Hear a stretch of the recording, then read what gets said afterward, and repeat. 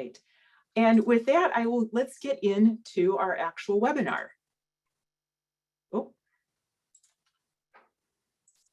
one second, share my screen here.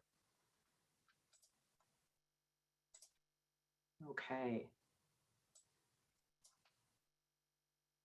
All right. And if there are issues with seeing my screen, if someone could please let me know, I'd appreciate that. All right. So once again, I'm your host, Linda Kurtz with Go Green Wilmette. I'm also a certified climate reality leader. And as many of you may know, climate reality leaders are part of Al Gore's Climate Reality Project, which really is about educating and advocating for solutions to climate change. Apologize for that. So I was actually trained last year, and I've had a chance to do a handful of these presentations, and I'm really excited to have this opportunity tonight to share with you all some of the latest trends, data, and projections that have been compiled by the Climate Reality Project. And in doing so, I'll set the stage for our other two speakers tonight, who will share the very exciting actions that are taking place within the Chicago region and even closer to home for us here in Wilmette. Now, I would guess that most everyone on the webinar tonight is pretty well versed in the climate crisis. You know, it's hard to escape these days because, you know, the news is full of all sorts of things, like record wildfires that, you know, are raging across Canada and the Pacific Northwest, record temperatures being set across the world, you know, catastrophic storms. You know, it's really hard not to see that information and certainly know that things are occurring. So my focus before we get to our other speakers will be to address the question of how urgent of a threat is the climate crisis. And, you know, the word crisis, of course, would sort of automatically imply that there is. And I will tell you, there's a little bit of doom and gloom I'm going to share with you, but stay with me because the solutions and the developments that are occurring are exciting. And our last two speakers will be inspiring. So later in the webinar, we'll hear from Edith Makra with the Metropolitan Mayor's Caucus on the Climate Action Plan for the Chicago region. And then we'll move again closer to home to hear from Julie Wolf on the Wilmette Sustainability Plan. So with that, let's get underway. So I like to start with this slide because, for one, I think it's a beautiful image. It was taken from the International Space Station, and it shows the sun rising up over the Earth, and it really sort of highlights the Earth's atmosphere, or at least the lower couple of layers. And for me, when I look at this, I see, wow, that atmosphere, it's really quite thin. There's not that much to it. And sadly, every day we're spewing 162 million tons of man-made global warming pollutants into that thin shell of our atmosphere. And that is, of course, causing a lot of the issues that we're seeing today. Now, the largest source of global warming pollution is the burning of fossil fuels. There's some other gases that contribute to global warming, but it's really the fossil fuels that contribute to that, coal and natural gas primarily. And we can see from this chart that just after, around World War II, when, the industrial age just took off at a rampant pace, just how much fossil fuels that we began burning at such an accelerated rate.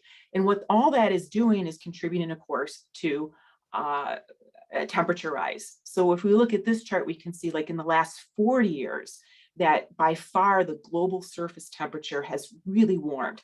And that trend is just obviously continuing on up. And again, those projections, of course, are kind of dire, if you will. If we look to 19 of the hottest years on record have occurred since 2002. Further, the hottest of all have been in the last 7 years. So we can see that 2020 was indeed the hottest, and these are ranked in order of hottest. So not good news. We'll wait to see, of course, how 2021 plays out. Okay. And what's happening? I mean, we've seen a lot of this in the news, so I'll share just a few of these. 2020 was Europe's hottest year on record. It broke the 2019 record that, of course, everyone thought would be the hottest. In places like Pakistan, the temperature reached 124 degrees Fahrenheit in 2019.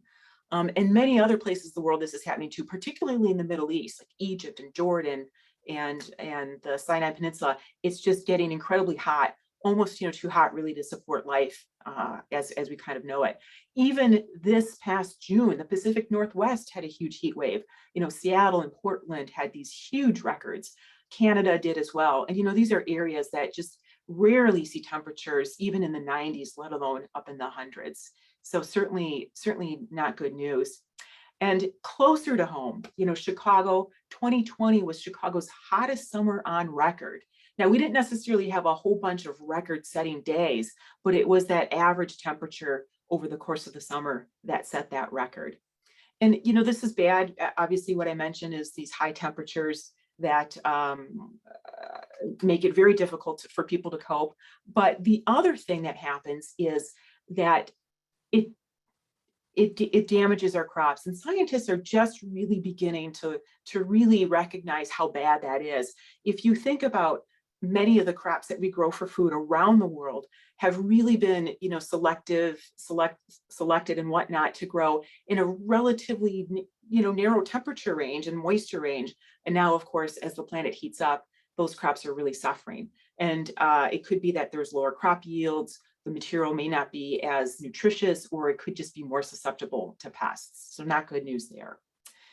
And projections, don't paint a really good picture either. If we look at the areas of the Earth that are currently considered uninhabitable, it's a relatively small area shown by these black areas. And that's where, it's on average just too hot to support life, crops, for people to thrive.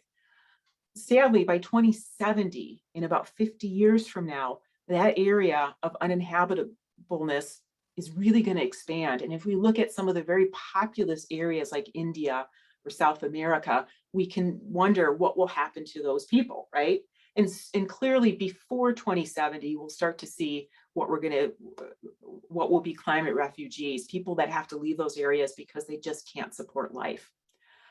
In fact, arguably, we're already seeing that with some of the exodus from Central America of the refugees that are coming to the border. It may not necessarily be heat driven, but certainly it's driven by storms and other things that we'll actually touch on just shortly.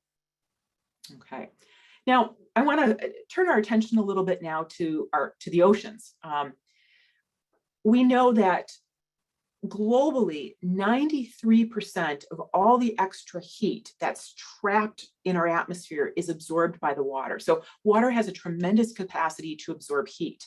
So it's not surprising that as our atmosphere warms up, the oceans act as a heat sink. So the oceans get warmer, and that has a lot of dire consequences. We've heard about, melting polar ice caps and things like that. But one of the things it leads to is very catastrophic storms, right?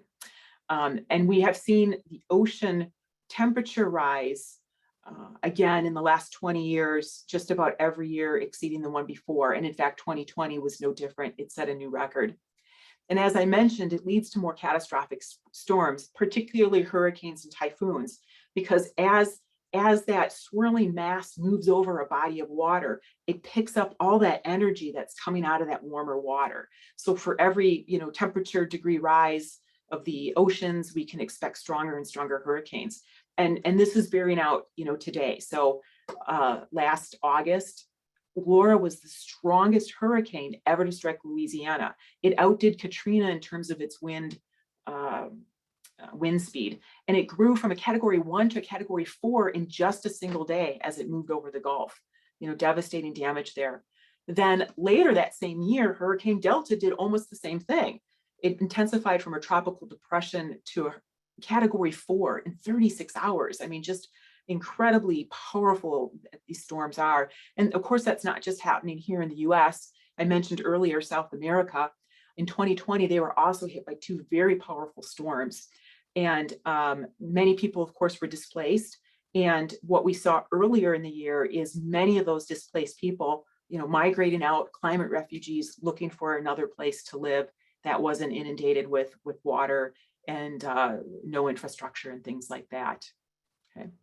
Now, as the temperatures increases in the ocean, more moisture evaporates into the sky. So in addition to hurricanes, we also get much greater storm events on land, because all that evaporation, because the oceans are warmer, gets picked up in the atmosphere. And as clouds move over, they then result in these really catastrophic storms. And if we look at trends, we can see that, again, in the last 20 to 40 years, such a huge increase in record-breaking precipitation anomalies, just incredible floods that are happening everywhere around the world. Just a few, earlier this year, Tennessee, right, flooded. And we know now that globally floods and extreme rain events occur 4 times more often than in 1980, right? So not only are these devastating in terms of loss of life and infrastructure, but they're events now that cause us to have to figure out how do we plan for them, right? I'll mention just a couple others. Indonesia earlier this year, huge mudslides caused by floods. India, in 2020, the monsoon rains were 50% higher than normal. They had a super monsoon, and this is actually, because of the loss of life, considered the deadliest climate disaster. So really, really powerful storms are coming. So that same heat that evaporates more water from the oceans and causes bigger downpours and floods also gives rise to drought. Because again, as that hot air mass moves over land, it can pull moisture more quickly from the soil, causing longer and deeper droughts, right? And we've seen that in some places. Last year, Brazil had a drought with an estimated 3 billion in damages. In 2019, Europe, namely Poland and Romania, saw catastrophic droughts that were the worst in a century. For the Czech Republic, it was the worst drought they had seen in 500 years. And earlier this year, we saw that the many states in the US experienced moderate to exceptional droughts. And in fact, in April, 94% of California was in a drought. And of course, this week now they've had these massive storms. So, again, it's one extreme to the other. Increasing heat also leads to more fires. And I think this is beared out, of course, in the news, particularly this year. We can see when we graph temperature versus the incidence of fire that there's a very clear correlation. Consider Oregon last year, the Pacific Northwest, not necessarily known for its fires, but, Oregon burned. I know, this summer in Chicago, we actually were affected by wildfires up in Canada. I mean, there were days where you could actually kind of smell a little bit of a smokiness or haze, or at least see a haze. So again, we know that these things are occurring. So if you look at extreme weather catastrophes, taking into account droughts, fires, floods, hurricanes, there's a clear incidence of increase within the last 20 years, that this is not just a one-off, like a bad year for a heat wave or something like that, but clearly a trend that is occurring, right? So catastrophes, of course, are one element, but another element of climate change is actually its impact on global health. It's really thought that climate change, it's the biggest global health threat of the 21st century. And a couple of points to share here. If we look at tropical diseases, they're on the move. So in prior years, tropical diseases like West Nile virus and Zika, that's a relatively new one for us in terms of perhaps being in our level of awareness, those were generally confined to the tropics, right? But, as the planet warms up, these vectors now find a hospitable environment in areas that may not have been years ago, right? So one other thing too that I want to mention that sometimes gets overlooked a little bit maybe is the contribution to not only ill health, but deaths from ambient air pollution. So according to the Lancet Commission on Pollution and Health, worldwide air pollution kills 9 million people every year. So I'm going to say that again, 9 million people every year die as a result of air pollution caused by the burning of fossil fuels. So, we focus a lot on carbon dioxide because it's a greenhouse gas and it traps heat and makes our planet warmer. But in addition, there are particulates that are released, there are oxides of nitrogen and sulfide, and these things are linked to asthma, heart attacks, stroke, diabetes, to name just a few. So the science is well established there that fossil fuels really contribute to globally very poor health. And in fact, in Chicago, sadly, the American Lung Association in their 2019 State of the Air report ranked Chicago 18th most polluted city in the US for air. So, we certainly are not immune to this ourselves. And, a hot summer day, it's hazy, right? Because of ground level ozone and particulates and other things like that. And this comes from a lot of different reasons, but again, it's primarily the burning of fossil fuels for the transportation industry and others. So I think beyond a doubt, I hope you'll agree, we need to act now to address the climate crisis, right? I haven't even addressed, what's happening in our oceans with acidification and collapse of fisheries, or what's happening in the poles or the permafrost, or how climate is impacting, our crops and wildlife. But, just from this brief overview that we've done, I think it's clear that we need to act now to address the climate crisis. But the news is good because we have the solutions. So I'll take you through this really quick. If we look at US solar capacity, PV capacity over the last 10 years or so, there's been a tremendous increase in that capacity. That's certainly wonderful news. Storage capacity, the projections out to 2040 are an equally good story, right? And if we look at wind, it's a very similar story, a huge increase, a huge trajectory. So this is all great news about the capacity that's out there. And of course, we need to keep the pedal down, so to speak, to ensure that that continues. If we look to see what companies are doing, over 290 global companies have made a commitment to go to 100% renewable energy. Here's a chart of many of them. Now, the timeline, of course, is different for some of them, but what's great here is these are global companies, some of which have a footprint not as big as a relatively small country. So it's hugely important that these companies have taken this initiative. When we look at auto manufacturers, these companies have committed to producing electric models. And I think within the next few years, we're going to have a lot of choices on the market. So I'm really excited about that because I'm already thinking, when for me will I get an electric car? 1 year, 2 years, 3, we'll see. And if we look at the electric cars on the road, great news there too. There's a huge increase as well, and that will continue. And I wanted to share this. I just read it yesterday. Hertz has ordered 100,000 Teslas, and they plan to have those in place by the end of 2022. And they're going to work on setting up their own electric vehicle charging network. Now, not sure how they're all going to accomplish that, but I think it's great news that they've made this commitment, right? So on a global standpoint, with respect to what countries and what legislation is happening, as you probably are all aware, in 2015, there was the Paris Agreement.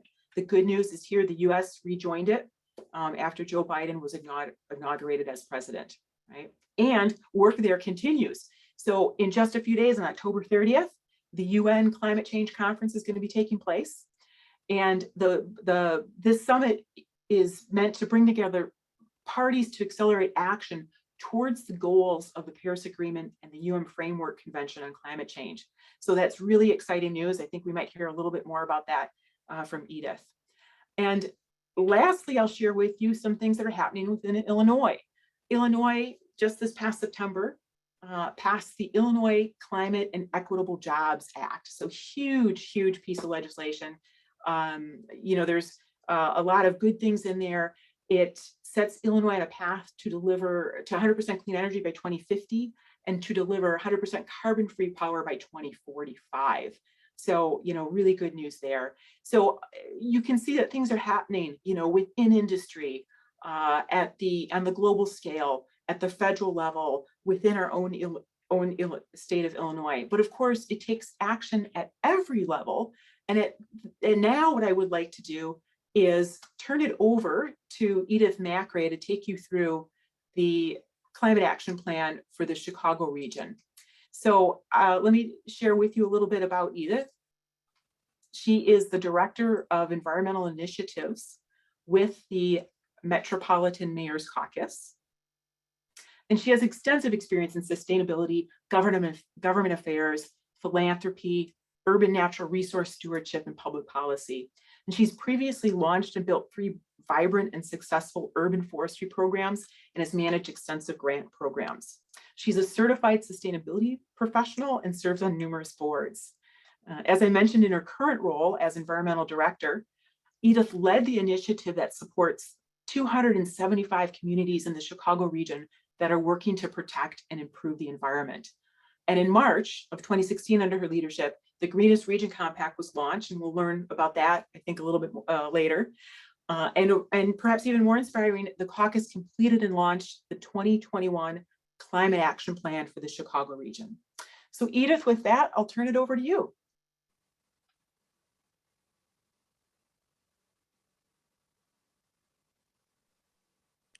Thank you. Thank you for that, Linda. I think I have to add, I am also a trained climate reality leader to that profile. What an excellent overview and introduction. And I'm going to try to dovetail the presentation that I'm giving to that. So thank you so much for having me here today and putting together this impressive group. We've got a really powerhouse group of representatives, yay, Wilmette, and from all over the region. So it's a pleasure to join you. I will start with just a bit of an overview on what the Metropolitan Mayor's Caucus is. We are considered a regional council of governments, and we are umbrella to 9 sub-regional councils of governments. In the North Shore, it's mostly Lake County Municipal League, but many of these smaller councils of governments they not only make up our leadership and our membership, but they're also supportive of the Greenest Region Compact and climate action. We are, however, not an environmental organization. We are an organization that seeks to empower local governments through collaboration, cooperation, and support across jurisdictional lines on all kinds of issues. So I've been pleased to be with the Mayor's Caucus for about 10 years now. And so I will get started on how the presentation, how I'll go through this. I'll start with the background and context for the Greenest Region Compact, municipal leadership, and then I'll go into specifically the Climate Action Plan and how we set the plan, how we designed it, and developed the goals, targets, and objectives of the plan. I'll only have time to go into one or two example strategies, but we can certainly talk about them during Q&A if there's more time. And then I'll end with just how the plans are developing for engaging and supporting with the Climate Action Plan called CAP, which you'll hear us abbreviate there. So first, to talk about the municipal role in climate action, as we were developing this plan, we partnered with organizations globally, and you'll hear about that in a second here. And then from Linda's excellent introduction, recognizing that we need to have a global impact, join with global companies, other countries to step up city leadership, we come back to that this climate action is all about people. It's ultimately about protecting well-being of people. And for us at the local government level, we have a very close connection to the individuals in the communities that we serve. And Go Green groups are the commissions are an excellent example of how close local governments are to people who are impacted by decisions and how closely those civic leaders, those individuals can also have an influence in decision making and in leadership. And then through this graph, you can see there is a connection all the way through various levels of government and cooperation to have global impact. The foundation for the Greenest Region for the Climate Action Plan stems from the Greenest Region Compact. And a lot of the thinking is very similar as we move forward with the Greenest Region Compact. Greenest Region Compact follows the caucus's mission of supporting local governments. So when I worked to create the compact and launched it in 2016, the idea was to try to bring clarity around what my 275 municipalities could be doing about sustainability by looking at what they're already doing on sustainability and looking at leaders and looking at everyone. We looked at 290 communities to put together the Greenest Region Compact. And it exists now in 3 parts. One is the compact, which is a simple 2-page pledge to support consensus goals. The GRC framework, which you'll hear more about in Julie's presentation, is a tool that is useful. It doesn't require a pledge. The framework simply exists as a disconnected but very helpful tool for aligning strategies that are appropriate, achievable, and realistic for local governments to do. that mesh with the Greenest Region Compact goals. And then the final part of the program is that we collaborate across the region, again, true to how the Mayor's Caucus functions, to achieve these goals. And I'll get into some examples of how we do that specifically when we have time for some Q&A as well. But that Greenest Region Compact Foundation and this very large collaborative, if I didn't mention, it's the largest collaborative for municipalities on sustainability in the country. And it was that at the same time as we were watching the US pull out of the Paris Agreement in 2016, and in 2017, we started to make some noise about our own role as local governments on climate. And shortly thereafter, about a year after, we attracted the attention of some of the international leaders who were working on climate, who were interested in exploring this idea of regional climate planning for the US. And the reason you have a side-by-side map there is this is very new to the US, but not so much in Europe and around the rest of the globe. So the Global Covenant of Mayors for Climate and Energy is kind of like the Greenest Region Compact globally. It's not as detailed, but it is a framework for climate action. And if you look at the world map on the right, the green dots are cities that are GCOM is the acronym for the Global Covenant around the world. So there's about 10,000 cities around the world that are pledged to GCOM. The yellow parts are the regions. So these are where there's regional cooperation on climate planning. And so the Global Covenant of Mayors, funded by the European Union, said, let's get the US on board. And so at the same time we were looking to get support, they were seeking pilot projects, and we were selected as one of 4 in the US to participate in the Regional and Metro Scale Climate Leaders Project. We're the 3rd one to finish the plan. So it wasn't a class in which everybody graduated. We were given 14 months to do it and no outside funding during a pandemic. So it was a bit of a challenge to get everything done, but we're proud to be part of that cohort. The plan was done with stakeholder engagement, and then we picked up very powerful collaborators as we developed the plan. Probably the biggest coup for us was to secure the support of NOAA, National Oceanic and Atmospheric Administration, who was looking to pilot their US Climate Resilient Toolkit, again, just as we were getting ready to launch the plan. The Chicago Metropolitan Agency for Planning, which serves the 7-county region, and it's our office mate in our downtown offices, has data and research and the On to 2050 regional plan. So they became very strong partners in getting the plan done. And I won't read the numbers there, but we started out with a direct intention to engage municipalities in participating in the development of the CAP, and we're thrilled to have support from so many collaborators and stakeholders beyond municipalities. We did pivot to an online format by necessity for the engagement, but still really happy with the participation we had. So now, how the CAP was developed. This is done, and this is routine, follows a Global Covenant of Mayors protocol, and it is based on a greenhouse gas inventory. Again, probably familiar to a lot of you. Given the time and the budget for the project, we were fortunate to be able to rely on a greenhouse gas inventory for the region, again, the 7-county metro region that the CMAP organization had done for 2015. They had done this in 2010 as well, but using this data allowed us to develop the mitigation strategies. And the two, I think my cursor is showing, but if you look at the green and the blue pie, those two together are building energy, which also includes power generation. That is the largest source of emissions in the Chicago region. 69% of our emissions come from the generation or use of electricity and natural gas. Transportation energy is, as it implies, it's not stationary, and that is 29% of the emissions in the region, almost 29%. This is somewhat disappointingly small, especially to the recycling advocates, is the waste, water and wastewater sectors together contribute just under 3% to the greenhouse gas emissions. Still important, but that is the 3rd tier of greenhouse gas emission sources.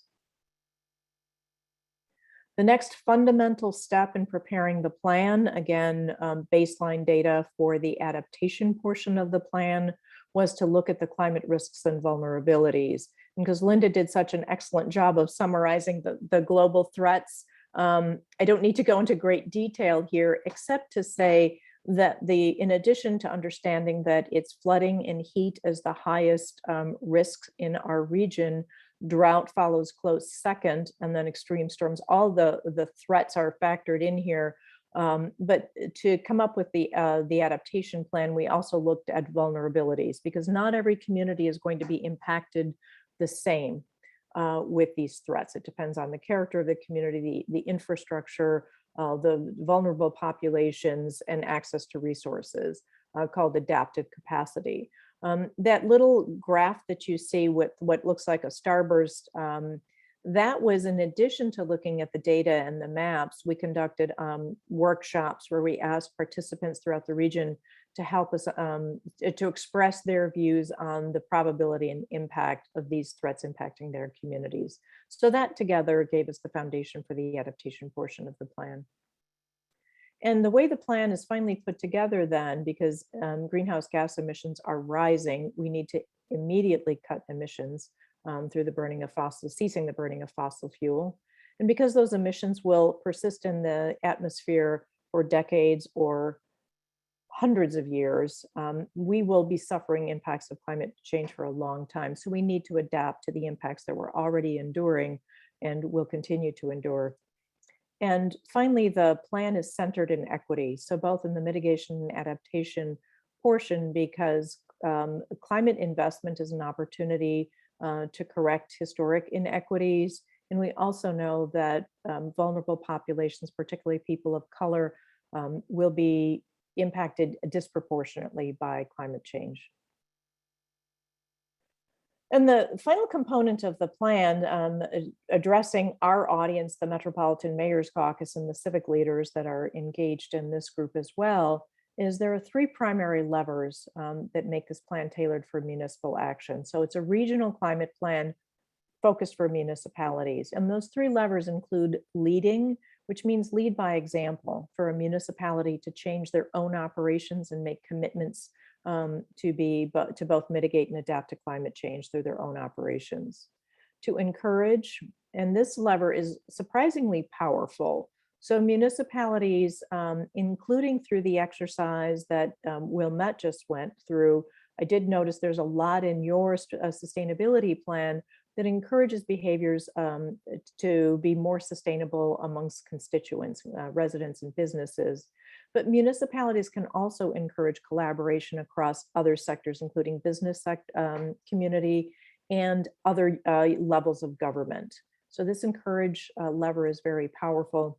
And then finally, the last way that a municipality can have influence carry out the plan is by enacting local codes and policies, or supporting state, federal, and county level policies. And then now to get into the actual portion of the development of the plan, the creation of the plan, and the final result here, I am introducing this. Not everybody likes this graph, but I'll try to explain it a little bit. So this is an infamous wedge graph. And if you look at the different colored categories here, these relate to the sources of greenhouse gas emissions and the primary actions that we can take to reduce them. So the first three, building energy, clean energy policy, and decarbonize energy sources, those are all relative to the highest source of emissions that I mentioned that are building energy, or 69% of our emissions. And the transportation ones follow. You'll see sequestration, and water and waste is very tiny little wedges. And now how to read this graph, if we start at the baseline in 2015, which is what our greenhouse gas inventory was when it was taken, we know that we're at 119 million metric tons of CO2 equivalent. So that's the baseline, and that's why the wedge starts there. Now, why does the wedge get bigger? Because that we know the population will grow over time. So factoring in this increasing population, emissions will increase. So that's a frustration, but the reality to drive down emissions then to that target year in 2050 is why the wedge gets bigger over time. So that reading this tells us where we need to focus our efforts and how aggressively we need to focus them. The next slide, I'll talk about the goal setting, but I want you to notice that ominous bar at the bottom there that says needed innovation. It's a pleasant green. But if we were to reach net zero emissions by 2050, that wedge line would come all the way to 2050 at zero, but we have that zero or that needed innovation bar. And that means through all the modeling and looking at all the data, we were not able to demonstrate that we could reach net zero emissions with what we know now. That includes the data we have now and the strategies that we have in the toolkit. Doesn't mean it's not possible. It just means that we weren't able to set a science-based target of net zero. However, we set a goal of net zero, and that is that we know we need to get there, and the interim targets are more science-based. So the goal is net zero greenhouse gas emissions, but by measurement and by modeling, we know that we can achieve a 50% reduction in emissions by the year 2030, with interim targets finally reaching more than 80% emissions reduction by the year 2050, and that is the science-based target. The mitigation objectives then, so there are some 50 strategies, but I'll just go over the high-level objectives, and this will mirror what you saw on that wedge chart there a second ago. This first one, just to explain it, demonstrate leadership to reduce emissions. This means that there are many actions that are considered enabling that will allow emissions reductions, but don't have measurable results. And this is everything that you civic leaders are doing to demonstrate leadership and to drive climate action, and the commitments that municipalities make, and to some degree, some of the laws that they pass. After that, we can measure them. So decarbonized energy sources is power plants primarily. Optimized building energy is energy efficiency as well as electrification, cleaner energy sources. Implement clean energy policies was broken out, even though most of it has to do with building energy because it's something that's important for local governments to do. And then the next two are related to transportation. Decarbonize means replacing internal combustion engines. Reduce vehicle miles traveled means getting out of cars and getting around the region in other ways that are active and more sustainable. The waste and water and wastewater category. And then finally, the nature-based solutions, which is sustain ecosystems to sequester carbon. And I'll just use one example looking at the decarbonized transportation objective. And so I'm going to zero in on one action there and explain to you how this is an appendix in the climate action plan. So this looks at adapting development processes to accelerate investment in EV charging infrastructure. And you'll see the little icon there, the municipal role is enact. So we think this is a very powerful action that a municipality can take, and we've been working on it, the Mayor's Caucus, for a while on a program we're calling EV Ready, which is yet to launch, but we're working on it. The rest of the plan then, and this is only a snip of the overall spreadsheet that's there, but the plan then is organized to help a municipality evaluate its impact and risk. So solution status tells us whether or not that's something that's well proven or whether it's something that might be a little bit more evolving and difficult to navigate. The greenhouse gas reduction potential puts in words what we have numbers for elsewhere. And then you can see cost and effort required will help a municipality evaluate which actions might be appropriate for them to take or what would be involved in getting those done.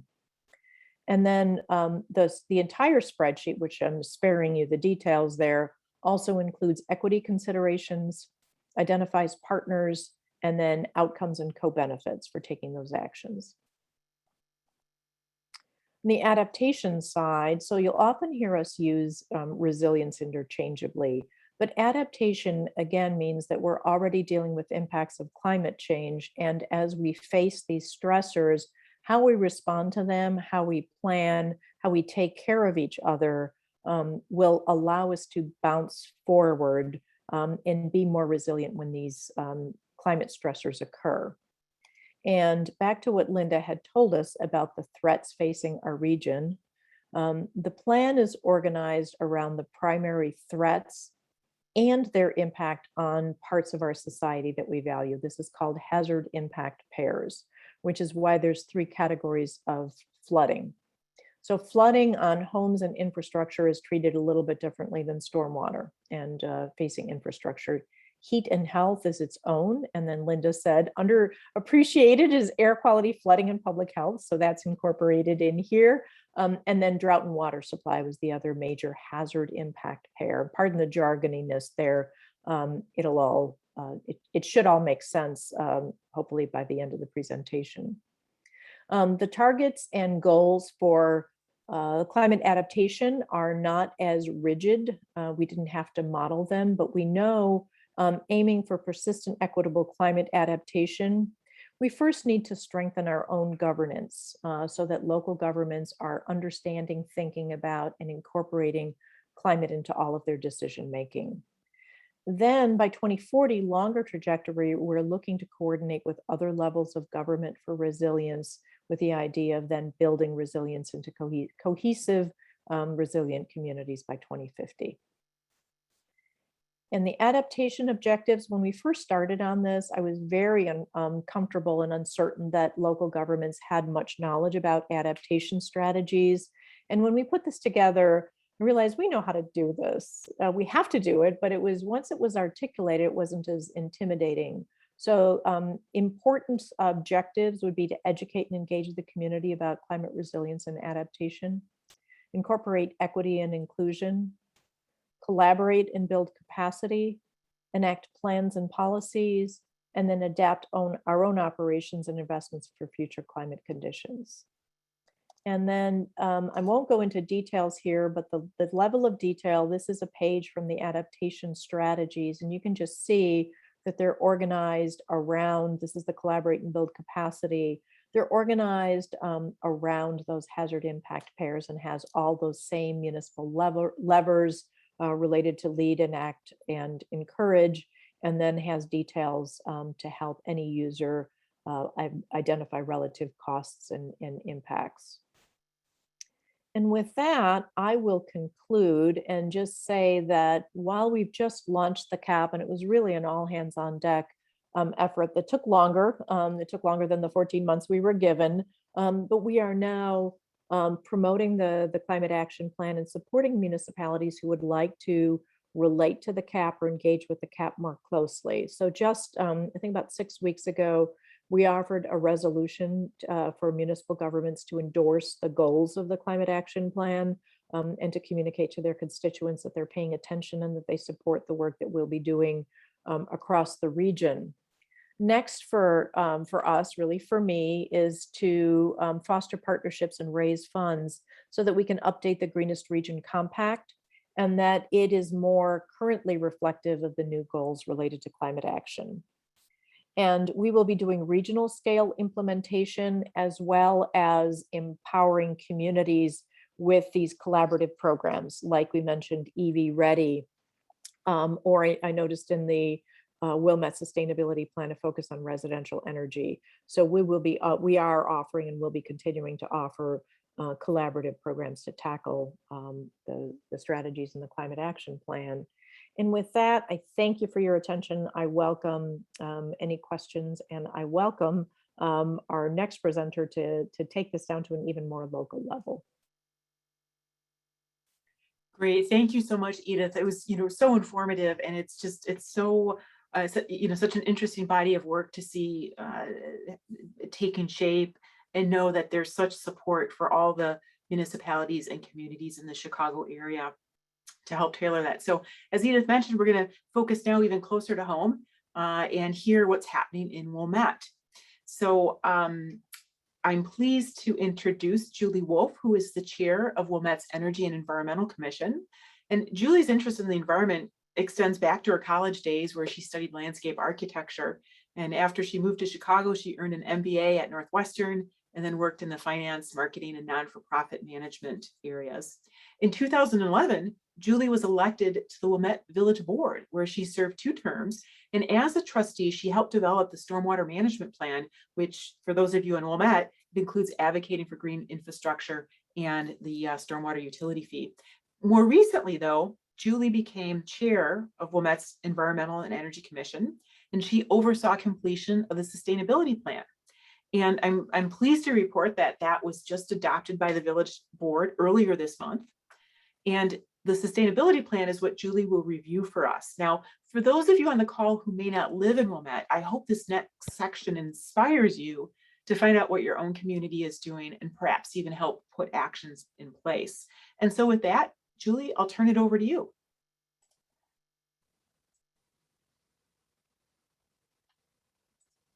As we get the presentation up. Okay. Okay. All right, Julie, can you see the screen? I think you're still on mute.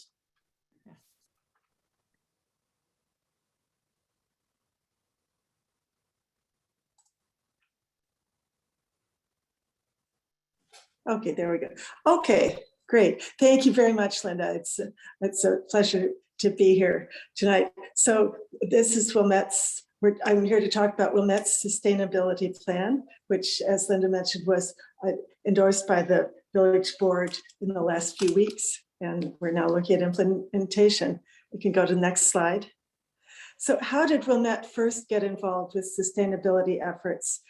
In 2017, when I was on the village board, Santa Plunkett, who was also a trustee at the time, and I were able to attend the North American Climate Summit. Santa is now the village president, I'm pleased to say, but she and I were both inspired, and we thought, you know, this really is amazing. It's inspiring seeing what there is out there that we could do, what other communities have done. We should find a way to bring that to Wilmette. So inspired by that, and looking at the Metropolitan Mayor's Caucus Greenest Region Compact, we brought that to the village. And in August 2018, the village board passed a resolution endorsing the GRC and also Climate Mayors, which is another organization with information about managing climate. So as Linda mentioned earlier, in 2018, work was begun by the Environmental and Energy Commission. I believe Linda was on it the time. I was still a trustee, but they began work on a draft sustainability plan. And then in Wilmette, we have term limits. So I reached my 2-term limit in 2019. And 1 hour later, I was appointed chair of the Environmental and Energy Commission. So I was very pleased to take that on. It's an absolutely amazing group of commissioners in the past and currently who have worked on this. And we're also very fortunate to have as a partner, Go Green Wilmette, who has worked with us, helped us with information, and the village has teamed up with Go Green Wilmette to sponsor Go Green Matters. Back when we could meet in person, it was an environmental fair, but since then they've replaced it with these webinars, which I think have actually worked out very, very well because they've reached so many people. But we've been very fortunate to have Go Green Wilmette as a partner as we've worked on this. Next slide, please. So the Greenest Region Compact, as Edith explained, is Metropolitan Mayor's Caucus, supported by at least 136 municipalities and counties. And it is sensible sustainability goals that you can actually implement in very specific ideas with the how to implement those. So that was a big help to us as we started approaching this and how to develop a sustainability plan. Next slide. So the framework is arranged around the 10 categories and 49 consensus goals. Without getting into too much detail, again, it was very helpful having the spreadsheet. And the 10 categories, which are now the 10 chapters of our sustainability plan, are climate, economic development, energy, land, water, mobility, municipal operations, sustainable communities, waste and recycling, and leadership.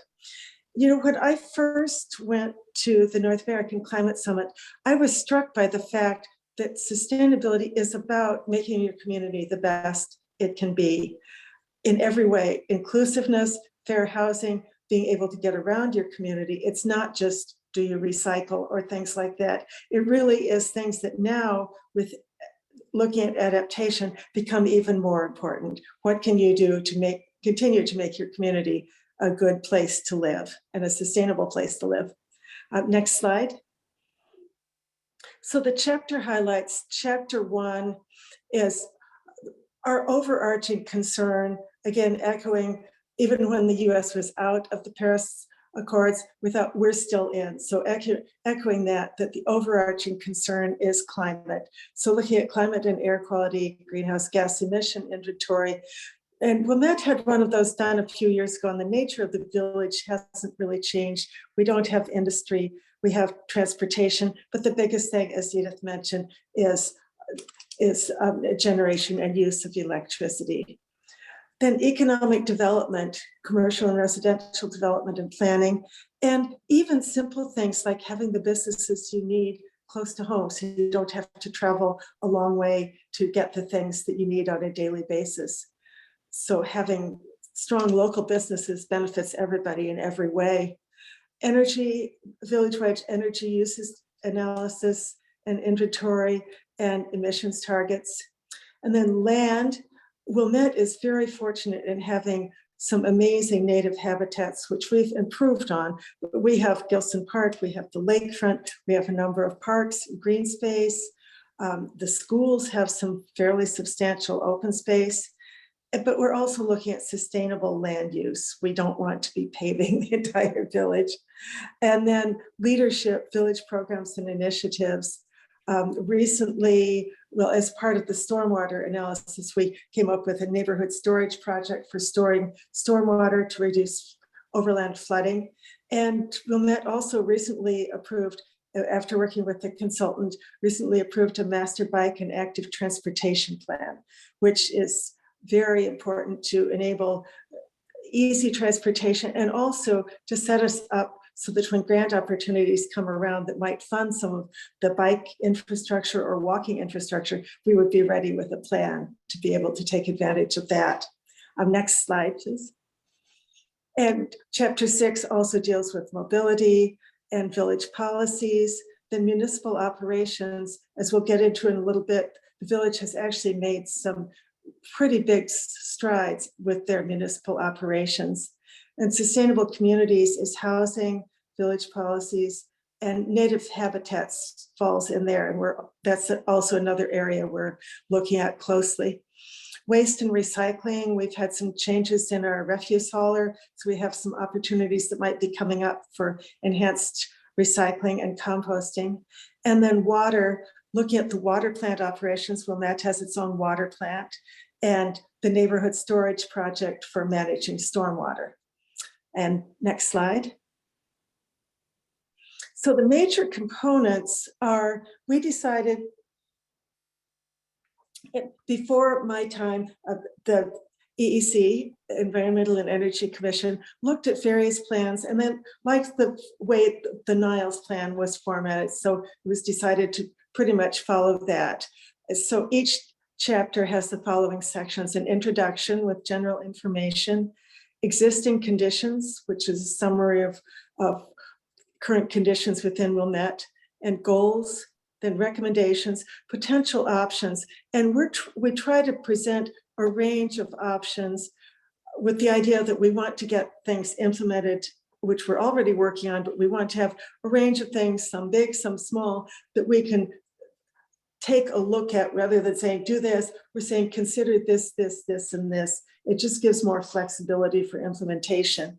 And then references, some of the chapters had some more technical data that we put in a reference area so that people could read more on that if they wanted to. Next slide, please. So as Edith mentioned, in July 2021, the climate plan for the Chicago region was launched. I was able to attend virtually the launch of that. I thought, okay, let's see what we can do to start to implement that, because this I knew was designed for people like us. And I thought, here we are looking at implementation. Let's take a look at this. So as Edith mentioned, I won't go into detail, but basically persistent and equitable climate adaptation moving toward net zero. And I have full confidence with innovation in this country that 20% that's missing, I have confidence that one way or another, we will find a way to develop some new things to get to that final 20%. But anyway, this was very consistent with Wilmette Sustainability Plan. Again, climate is an overarching concern, both trying to mitigate the impact on climate and also being resilient to climate changes that we know are underway. Next slide. So how can Wilmette be part of this plan? Again, we were inspired by what they said in the Climate Action Plan. Lead, which is taking action as a municipality, encourage, influencing constituents and partners, and enacting policies and supporting other jurisdictions. If we go to the next slide, we have some specific ideas of what we're doing. So at the time the EEC completed work on the sustainability plan, it was last spring, and we had a plan for getting it before the various committees and then onto the village board. But we realized it would be a few months before that happened because they were looking at their budget cycle and various things. We realized it would be several months. We thought, you know what, this is too urgent. Let's not wait. Let's start on some implementation right now. So we identified a few areas that either there was already some momentum or there was some really good potential to get going on some of these things right away. So one of them was renewable energy. So the staff, and actually I have an update on this, the staff was working with NIMAC, which is a group they work with on energy, to competitively bid residential accounts in order to achieve renewable energy credits. I just found out today that they heard back from them that there wasn't really anything that looked that likely for a way to do renewable energy credits in a cost-efficient way right now. There might be next year. They thought, why don't we look at something else? So it seems that there are some community solar opportunities that are quite possible. So the village is seriously looking into that. And our EEC is meeting tomorrow night. We'll discuss it more and find out more, but that is very interesting. So the staff is working on that, taking the lead in finding a way to get more renewable energy going. And another thing that actually kind of relates to that, well, these are our three main implementation priorities. I'll get some other stuff in a minute. Another one that we looked at is urban forest preservation.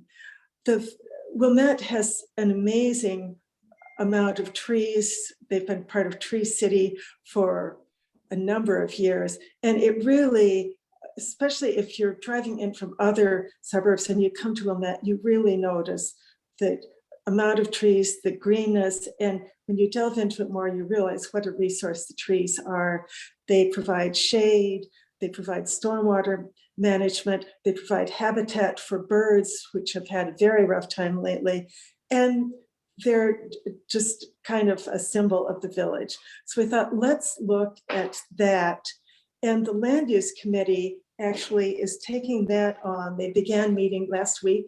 They'll have a series of meetings looking at potentially some sort of tree protection ordinance with the idea that right now, if someone is going to develop a site, say do an addition or something like that, they don't really have to think about trees. More recently, they've looked at grading. They certainly look at impervious surface, but they're thinking of ways that they could look at trees. And we're inspired by some other neighboring municipalities that have ordinances that we might adopt part of. The idea of a heritage tree, a tree of a certain size, as being more important to conserve than others. Because if you cut down a big tree, you can't just plant 50 small trees. It's not the same. The big trees sequester a lot of carbon.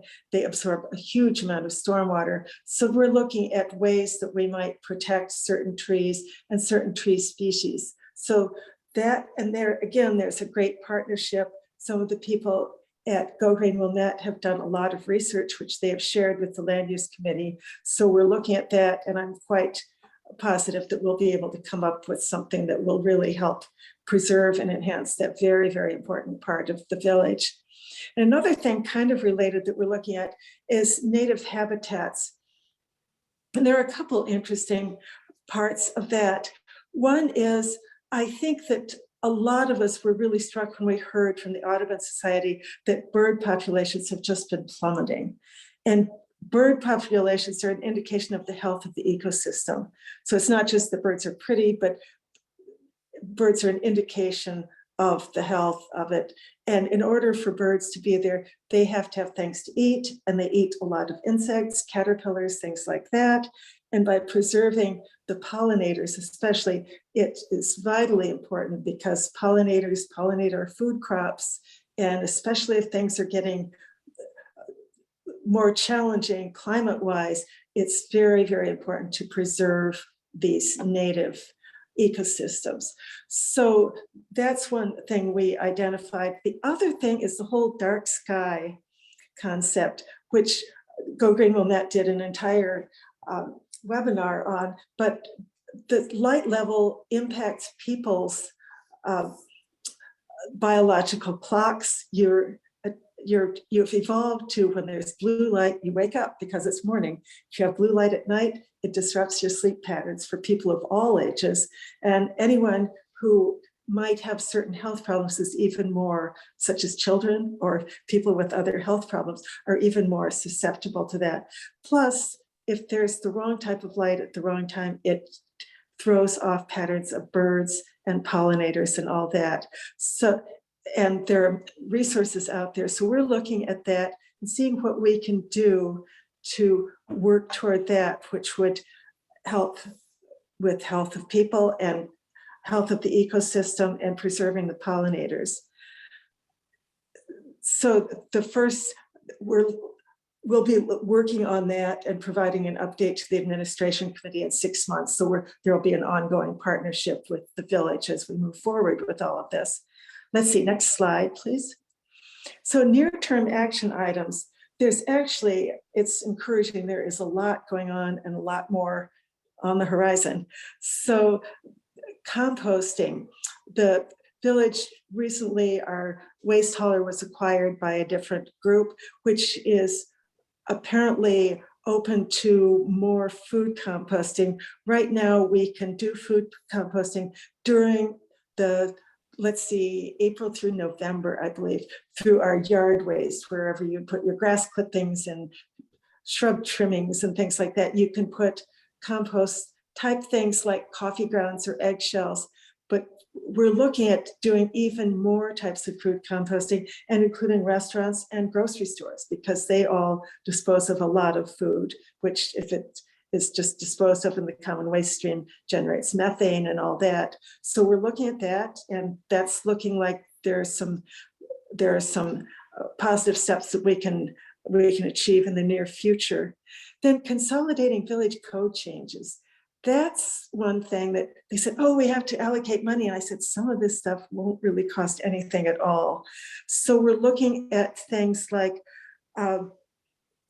one thing we're considering for the dark skies is changing the building code so that all new construction has to have outdoor lighting that's dark sky compliant. It's just choose this fixture instead of that. Wouldn't cost anything at all, and it would be a big step in that direction. So we're looking at consolidating the village code changes, making kind of a list. Let's look at reviewing this and this and this and making some of those changes. And some changes might very well come out of what the land use committee is looking at with the trees too. So there are some simple changes, possibly some things regarding home gardens and that sort of thing too. So we'll look at that. Then intergovernmental cooperation. We're looking at ways of, in Wilmette, the village is organized so that there's the village board, but there's also the park district, which has its own board, and the library has its own board, and then the schools.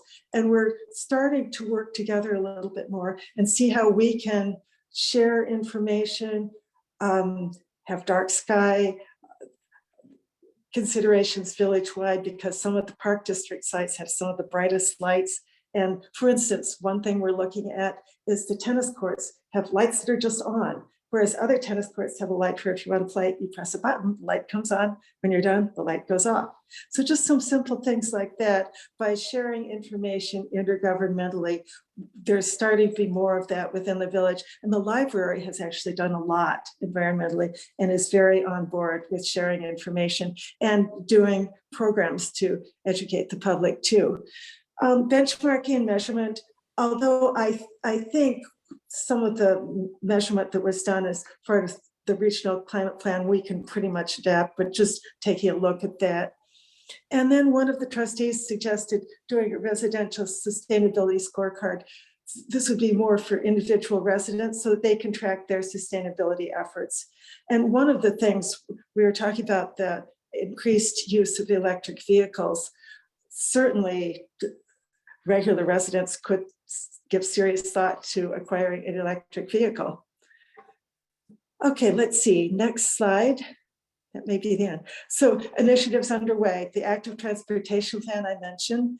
And right now to implement that, the village has hired a consultant to work on a 5-year implementation plan, because that one actually includes some infrastructure, adding some sidewalks, adding some bike paths here and there, that sort of thing. So they're looking at a 5-year implementation plan for that. Then electric vehicle charging stations. There's a partnership with the Park District, and the village recently just acquired a grant to install some vehicle charging stations. So they're choosing locations for that.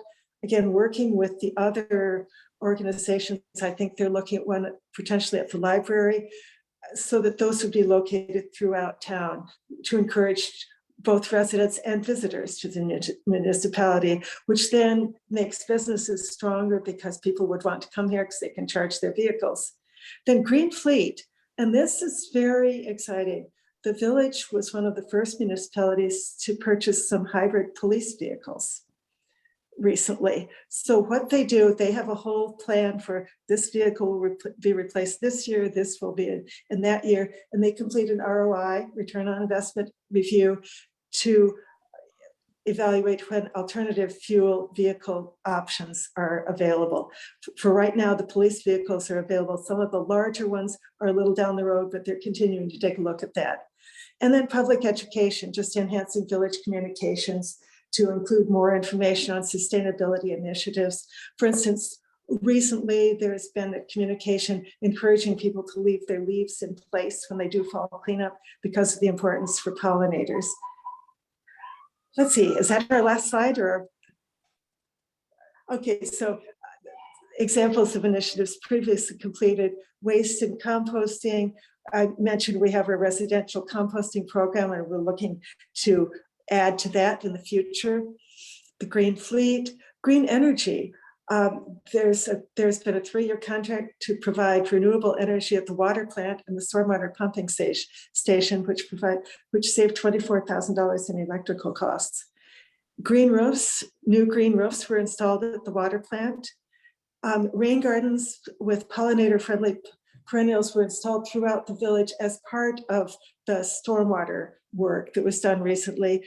And then the downtown was recently redone, and the village partnered with Wilmette Harbor Rotary Club, and they installed 1,300 perennials. And the road, it's not mentioned here, but the Rotary Club also sponsored development of a prairie on some land that was just lawn near the Edens Expressway. So there's a lot really going on. Let's see, is that the last one or do we have one more? There we go. So next steps. So at the September 28th village board meeting, a resolution was passed to formally adopt the sustainability plan. And I believe it was at that same board meeting that they endorsed the climate action plan. And then the staff and the EEC will continue to work on the implementation priorities. We're meeting tomorrow night. We'll be working out a plan for what to do next and timing for all of that. So back to you, Linda. Thank you again very much. All right, very good. Well, thank you so much, Julie, for taking us through the plan. And it's just wonderful to know that so many great actions are in place and that work is being put against the actions that are in the plan, and a lot of things have already happened. Now, just for those of you that don't live in Wilmette and are now inspired perhaps to get involved in your own community, one way to find out if you might have a green group in your community would be to go to gogreenillinois.org and look to see if your community is listed. If it's not and you'd like to start a group, please feel free to contact us. So, and with that, I'd really like to thank both of our speakers again, Edith and Julie. Thank you so much for not only all the work that you've done, but of course, sharing it with us tonight. And with that, I'd love to turn it over to Q&A. So please feel free to type in your questions. I know I've had a few come in so far, but feel free to type in any questions you have. We have one right here. So I'm going to ask this one actually to both our panel speakers. So this question is about plastics, and it's about have either of you had a chance yet to consider the Beyond Plastics report from earlier this month? It was released on the 21st, and it's where plastics are set to outpace coal in driving climate change. And if you're familiar with that or the issue, is what do you think municipalities and whatnot we should do to address this, and how can we incorporate this into our climate action plans? I can start with that. I have not seen this, and so I'm just scanning it now. I will take a look at it. I will say that we found plastics to be of a primary concern to the members of our Environment Committee. We've had a lot of discussions about plastic policy, but at least with the data that we had for the greenhouse gas inventory, that's where we have this relatively small impact from all waste combined. So it's partly limitations on data is what we have. We are not aware of any gaps. I will say that just in terms of the waste segment, or the waste portion of the plan, it does not have or does not factor in life cycle analysis. So I will take a look at this, and thanks for sharing. Sure. Julie, any comments? Not really. I guess my thought is with Lake Michigan right here, I know microbead plastics are a real concern, and I believe they've been banned, but that's certainly on my mind that anything we can do to reduce those is a good thing. Thank you. Yes. All right. So Edith, we have another question coming in for you. Can you describe to us, tell us how involved is the city of Chicago in the climate action plan? Are they involved in certain initiatives, and has the city bought in, so to speak? Yeah, and that's a good question. So the city of Chicago had a climate action plan in 2008, and as you know from Julie, from attending the North American Climate Summit, the city of Chicago hosted a summit of other leaders and invited other mayors to attend. So the city of Chicago has been the focus of climate leadership for a long time. The plan had not been updated since 2008. I do know that it is now underway to update the city of Chicago's plan. Chicago has adopted the Greenest Region Compact, and they are a member of C40 cities. So C40 Cities is a Bloomberg supported philanthropy with the focus of initially of providing support to the 40 largest cities in the world to do climate action planning. So they kind of come in at a different level. C40 Cities has since greatly expanded, but a lot of the initial focus for empowering a big city to do a climate action plan, they were also supported by the Rockefeller Foundation to do the climate resilience plan. Might have been something like 2012 or 2016. So they've had a lot of support, but their plan is outdated, and I know they're working on it now. So they have been, as anybody who attended our launch knows, they were present, been supportive of the work that we do, and they're now, kind of back to their own tables to get their own climate action plan updated. Very good, thank you. So I have another question actually for the both of you. So Edith, I'd love to hear your opinion on how you might advise a community on this. And Julie, I'd love to hear your thoughts about the importance of having a sustainability coordinator or manager in one's community. If you could just speak a little bit about what that, is it desirable? How would you go about maybe getting one and that sort of thing? So the question is sustainability coordinator in a community? Right, yes, like it would be like a staff, a village or community staff member. Sure. Julie, do you want to tackle that? So that, Sure. and then Yeah, I can build region. actually, that is something we discussed at some of our recent meetings, because we have this great plan. We say, okay, now we have it. We don't want to just put it on the shelf. Implementation is really important. And yet the village staff has other things that they're doing, and we're volunteers. So we're actually looking at potentially hiring a person to be a sustainability coordinator, but sharing them with other units of government within the village, the park district, the library, and that sort of thing. Oh, that's excellent. So I haven't heard of that shared across other local governments, but I like that solution.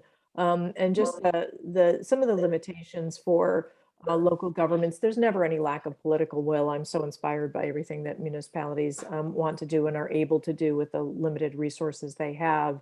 But truthfully, over our 275 municipalities in the region, even the 138 that have adopted the Greenest Region Compact, we have 6 full-time sustainability coordinators for municipalities. So there's just a real lack of sustainability capacity. We do find, that the tasks are shared across other staff members, but dedicated staffing is at a premium. We did come up with what could be a partial solution or provide some support. And this is something that I didn't get to mention when I was talking about how the Greenest Region Compact works collaboratively. We had applied for an AmeriCorps grant to create the Greenest Region Corps and create a virtually full-time sustainability positions that is partially supported by the AmeriCorps program, which is federally funded, and then there's matching funds that come from the local government.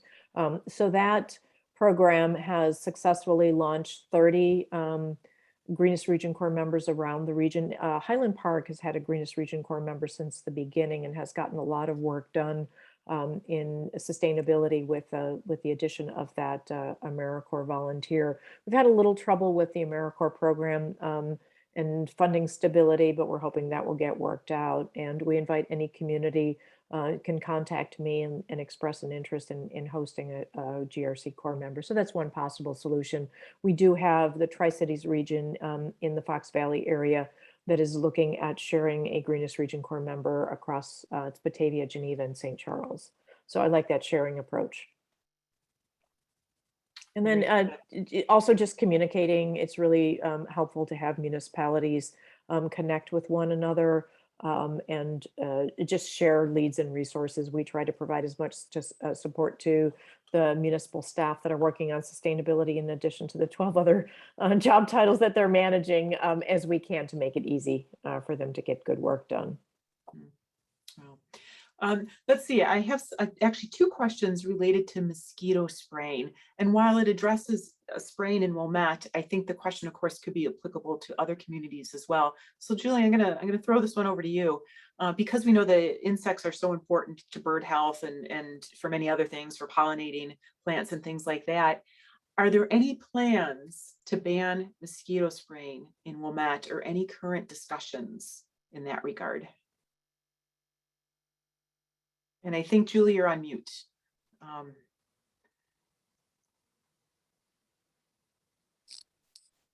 There we go. You know what?